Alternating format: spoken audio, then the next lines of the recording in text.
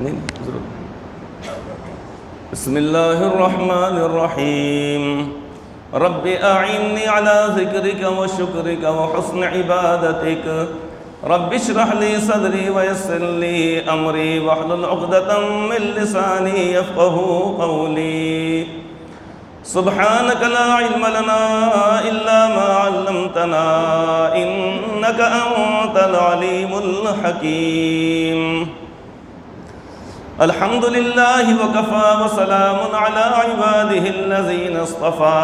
أما بعد فأعوذ بالله من الشيطان الرجيم. بسم الله الرحمن الرحيم.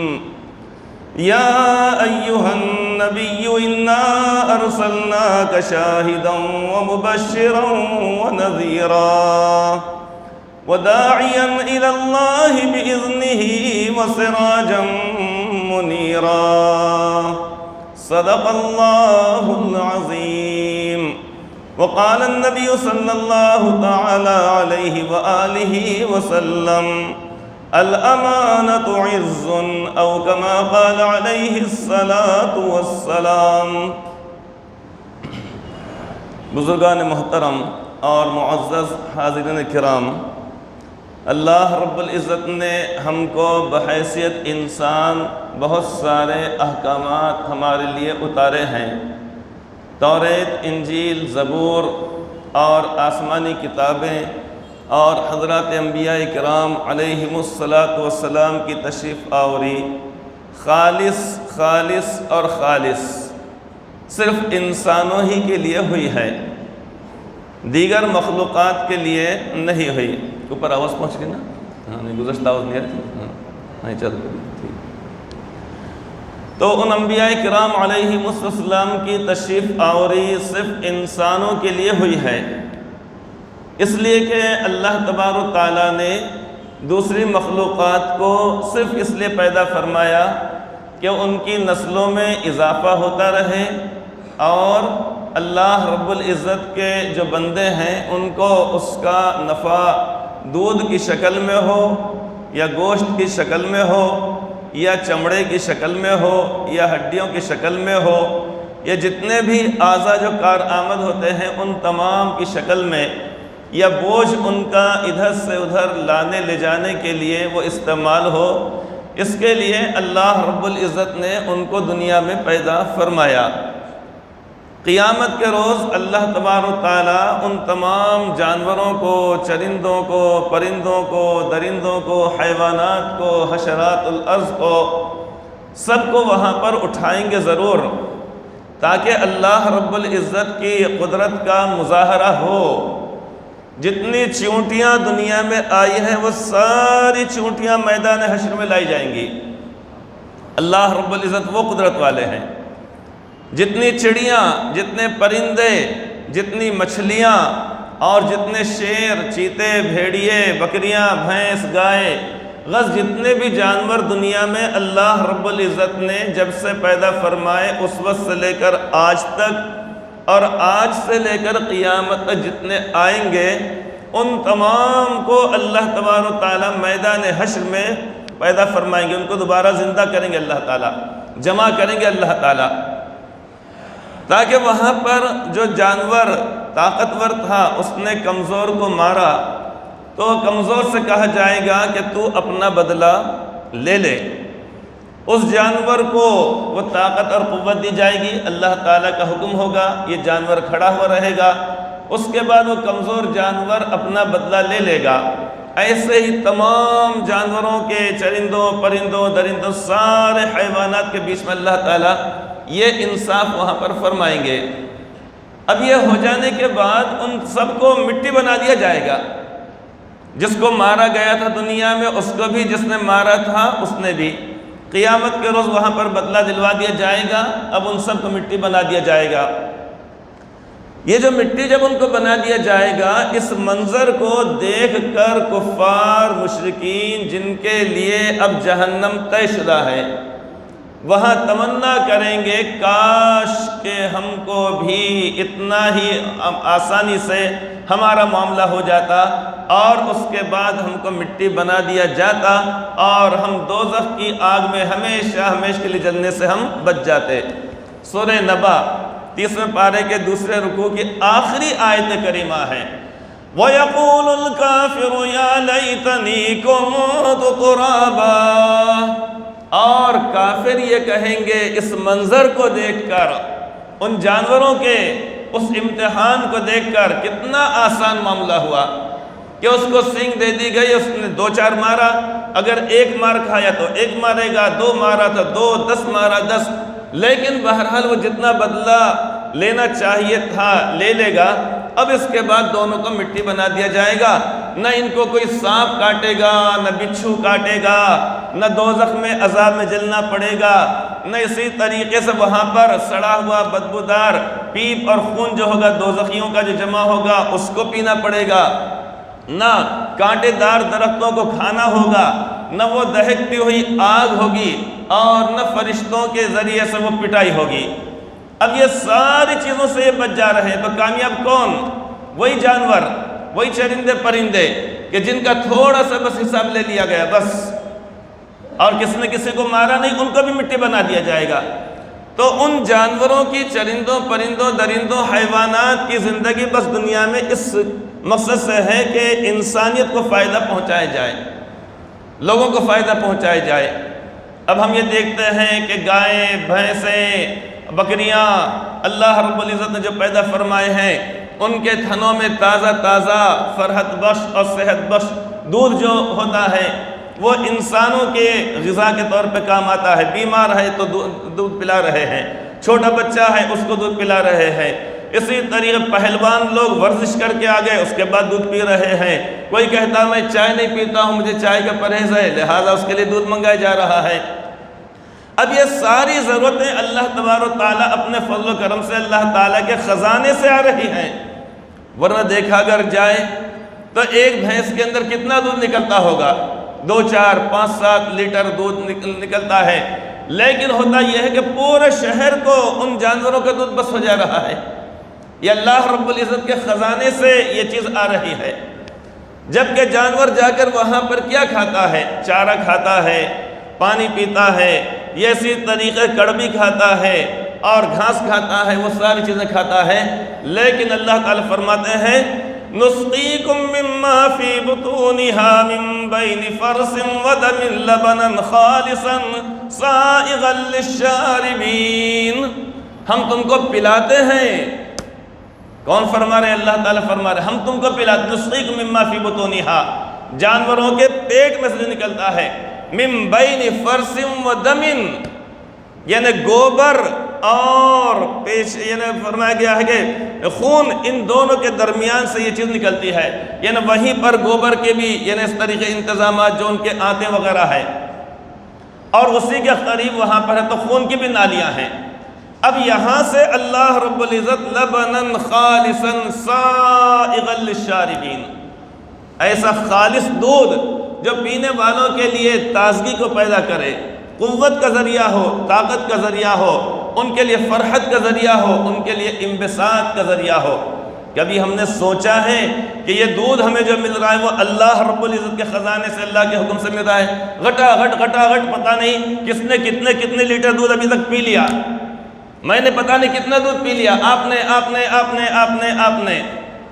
کتنا ہم دودھ پی لیے، لیکن کبھی اللہ رب العزت کا دل کی گہرائی سے جو شکر ادا کرنا ہے وہ شکر ادا نہیں ہوتا کہ یا اللہ یہ چیز آپ نے عطا فرمائی ہے، آپ نے اپنے فضل و کرم سے عطا فرمائی ہے۔ بہرحال بات یہ کہی جا رہی تھی کہ اللہ رب العزت نے بے شمار مخلوقات کو پیدا فرمایا انسانوں کی خدمت کے لیے، کے واسطے خدمت کرتا نہیں بیچارہ غریب، ندی میں جا کے ہے تو وہاں سے ریتی اٹھا کر لاتا، اب تو وہ کالی پیلی گاڑیوں میں اور چھوٹی چھوٹی گاڑیوں میں لا لے رہے، لیکن ایک زمانہ وہ تھا فلاں صاحب کے پاس کتنے اتنے گدھے، جب بھی وہ آتے ندی میں سے پانی میں سے لے کر آتے، اب وہ وہاں پر ڈالتے، اور جو شخص وہاں پر موجود ہوتا ایک چاک پسے نے تو کوئلے سے دیوار کے اوپر لے دیتا، 20 گدھے آئے۔ کتنے گدھے آئے؟ پہلی ٹرپ میں 20، دوسری ٹرپ میں 16 آئے، 4 گدھے وہیں بیٹھ گئے، آئے نہیں۔ 4 گدھے وہیں بیٹھ گئے، اب آئے نہیں، اب 16 گدھے، پھر وہ اب پورا حساب کر کے شام میں پیسے ان کو دے دیے جاتے۔ ایسا ہوتا تھا پہلے، ابھی بھی ہوتا ہے، ابھی بھی وہ بیچارے خدمت میں لگے ہوئے ہوتے ہیں۔ تو یہ اللہ رب العزت نے ان کو انسانوں کی خدمت کے لیے پیدا فرمایا، انسانوں کو اپنی عبادت کے لیے، اور عبادت کے ساتھ ساتھ اللہ رب العزت نے رہن سہن طور طریق اللہ تعالیٰ کو عطا فرمایا ہے۔ جانور کے جسم کے اوپر جو بال اگیں گے، گریں گے، جھڑیں گے، اگیں گے، ان کا ایک ہی لباس ہوگا، کالا ہے تو کالا۔ بھینس کو کبھی آپ نے گورا ہوتا ہوا نہیں دیکھا ہوگا، ہے کیا؟ بھینس جا رہی بیوٹی پارلر میں جا رہی، وہاں جا کے پورے سارے ہے تو بن سمر کے دلہن بن کے آ رہی ہے، ایسا دیکھنے میں آیا کبھی؟ وہ بیچاری کالی ہے، بچپن سے پیدا ہوئی کالی ہے، کالی۔ جو جانور سفید ہے سفید، جو بیل لال ہے لال ہے، جو پیلا ہے پیلا ہے، جو ہرن جیسا ہے ویسا ہے، کوے کا رنگ کالا ہے اب وہ کالا ہے، طوطا اللہ رب العزت نے ہرا پیدا فرمایا ہرا ہے، اس کی چونچ کو اللہ رب العزت نے گلابی کر دیا اب وہ گلابی ہے، اب وہ ایسا ہی رہے گا۔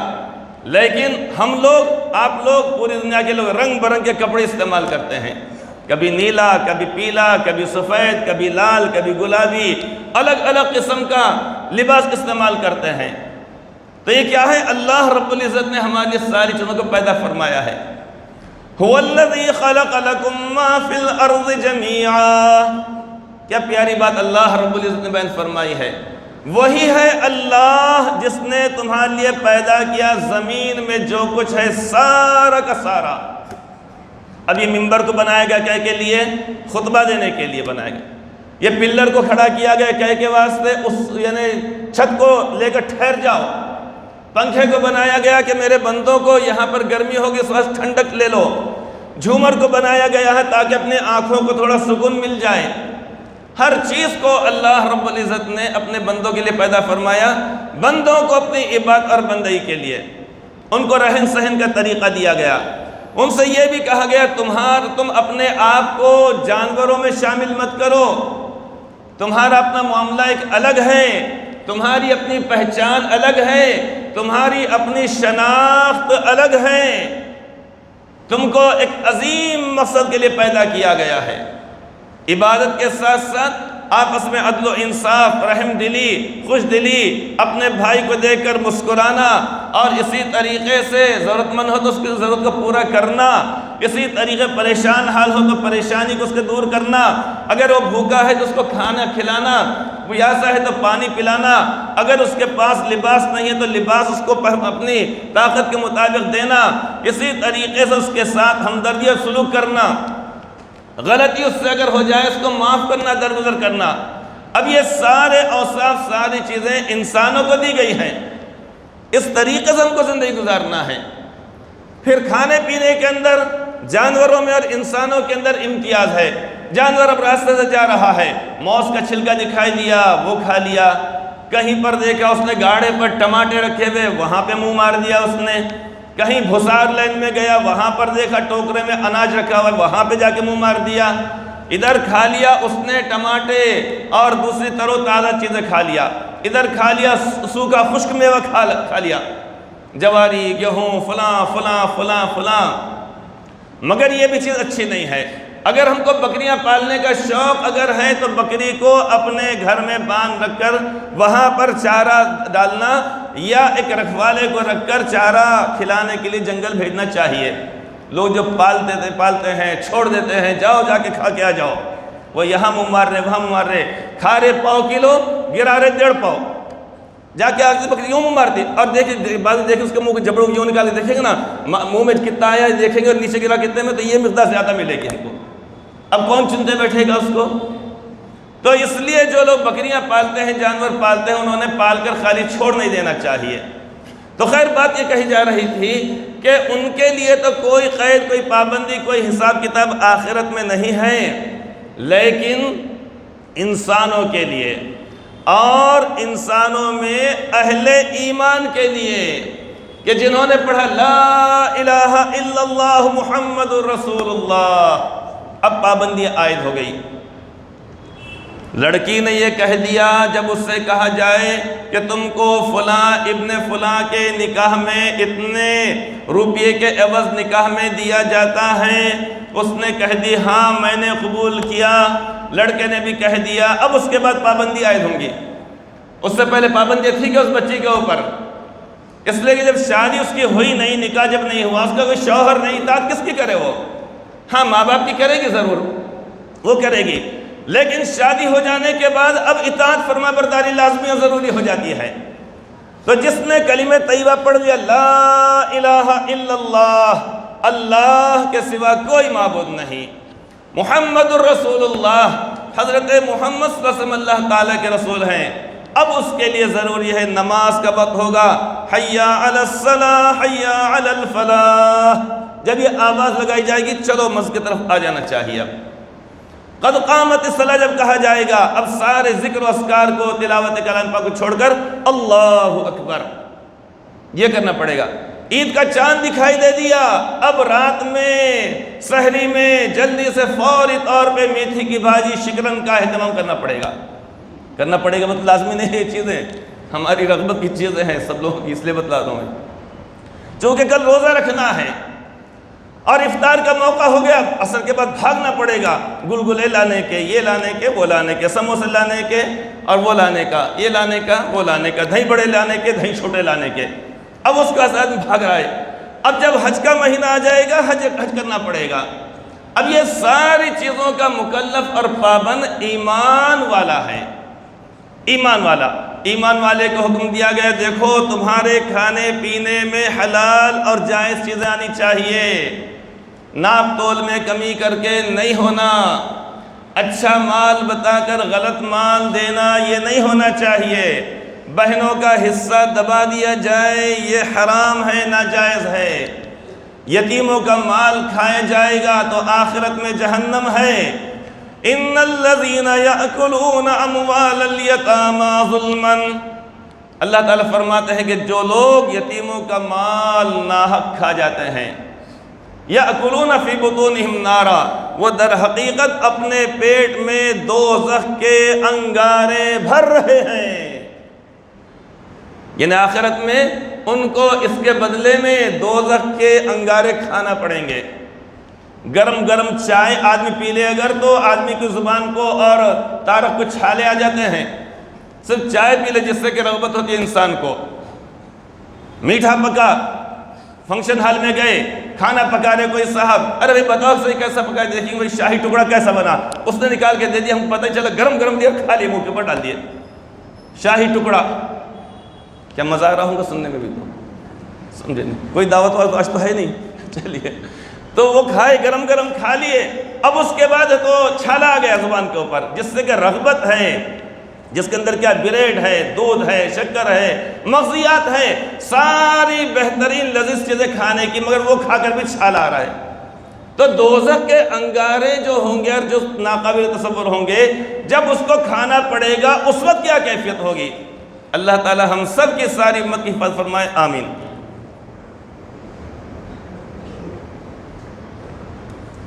الحمدللہ، جزاک۔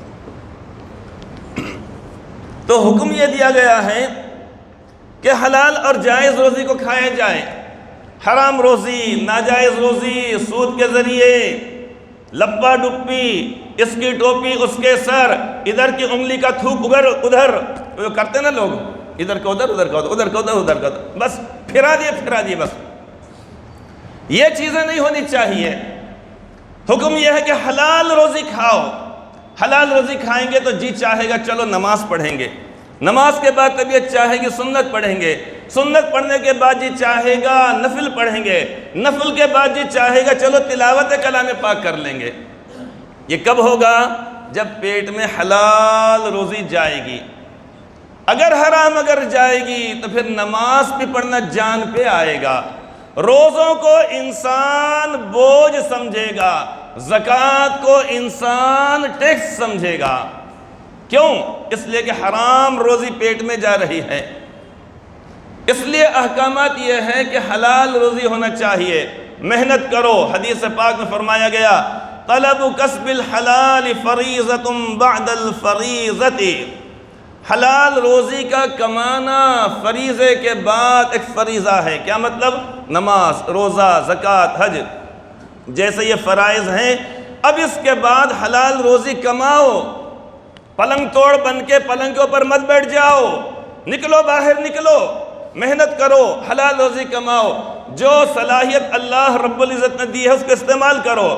اگر ملازمت کرنا آسان ہے تو ملازمت کرو، تجارت کرنا آسان ہے تو تجارت کرو، صنعت و حرفت کر سکتے ہو صنعت و حرفت کرو۔ لوگوں کے اوپر بوجھ مت بنو، مانگ کر مت کھاؤ، بھیک مت کھاؤ، چوری مت کرو، ڈاکہ مت ڈالو، اور غلط سلط طریقے سے اپنے استعمال میں، کھانے پینے میں، لباس میں، مکان بنانے میں، گاڑی خریدنے میں، گاڑی استعمال کرنے میں حرام روپیہ پیسہ مت استعمال کرو۔ آپ فرماتے ہیں اتقوا الحرام فی البنیان فإنہ اساس الخراب، او کما قال علیہ السلام۔ آپ نے فرمایا عمارت بنانے میں، تعمیرات کے اندر، گھر بنانے کے اندر حرام پیسے سے اپنے آپ کو بچاؤ۔ رشوت کا پیسہ، سود کا پیسہ، دغا بازی کا پیسہ، بہنوں اور یتیم بچوں کی زمین کے اوپر ناجائز طریقے سے قبضہ کر کے اس کے اوپر بنا دیے، شاندار قسم کے ماربل بھی لگا دیے، اور یہ وہ بیت الخلاء میں بھی 1-1 لاکھ روپیہ خرچ کر دیے، اور بعد میں گھر کے اوپر لکھ رہے ھذا من فضل ربی، یہ میرے اللہ کا فضل ہے۔ ارے وہاں تو ھذا من غضب ربی ہونا چاہیے، یہ میرے پروردگار کا قہر ہے، غصہ ہے، ناراضگی ہے، لعنت ہے اور پھٹکار ہے، وہ لکھنا چاہیے۔ یہ میرے پروردگار کی پھٹکار ہے، وہ ہونا چاہیے۔ ھذا من فضل ربی نہیں، بلکہ ھذا من غضب ربی، یہ میرے پروردگار کی پھٹکار ہے، لعنت ہے، یہ ہونا چاہیے وہاں پر تو لکھا ہوا۔ تو بہرحال حدیث پاک میں فرمایا گیا ہے کہ اتقوا الحرام فی البنیان، کہ حرام روزی سے بچو، اور تعمیرات کے اندر حرام روزی استعمال کرنے سے اپنے آپ کو بچاؤ۔ اس کا مطلب نہیں باقی جگہ سب چلنے دو، یہ مطلب نہیں، ہر جگہ، ورنہ بعض مطلب انسان کو شیطان دھوکہ دیتا، ارے اپنی پیٹ میں کہاں جا رہا، یہ تو دیوار بن دی نا، یہ تو بیت الخلاء بن رہا نا، یہ تو گیزر لگ رہا نا، اگر لپا ڈپٹی کا مال ہے تو کیا فرق پڑنے والا، اپن کہاں گرم پانی پی رہے، اپن تو نہا رہے۔ آپ کی زبان میں آپ سے مراد ہے کہ آپ ایسے باتیں نہیں کرتے، ایک عوام کی زبان میں سمجھا رہا ہوں میں آپ کو آسانی سمجھنے کے لیے، تبھی تو آپ لوگ مجھے گھور گھور کے دیکھ رہے ہیں، مطلب ٹک ٹکی بھان کے دیکھ رہے ہیں، پورے متوجہ ماشاءاللہ دیکھو، کسی کو نیند نہیں آ رہی، اگر آ رہی بھی ہوں گے تو ہتھوڑے یہ پڑھ رہے ہوں گے تو سب نیند بھاگ جا رہی ہوگی، یہ ہتھوڑے ہی تو پڑھ رہے ہیں، اور نہیں تو کیا پڑھ رہا ہے، یہ کیا گلگلے آپ کو تسلیم کیے جا رہے ہیں کیا؟ بہرحال تو حدیث پاک کے اندر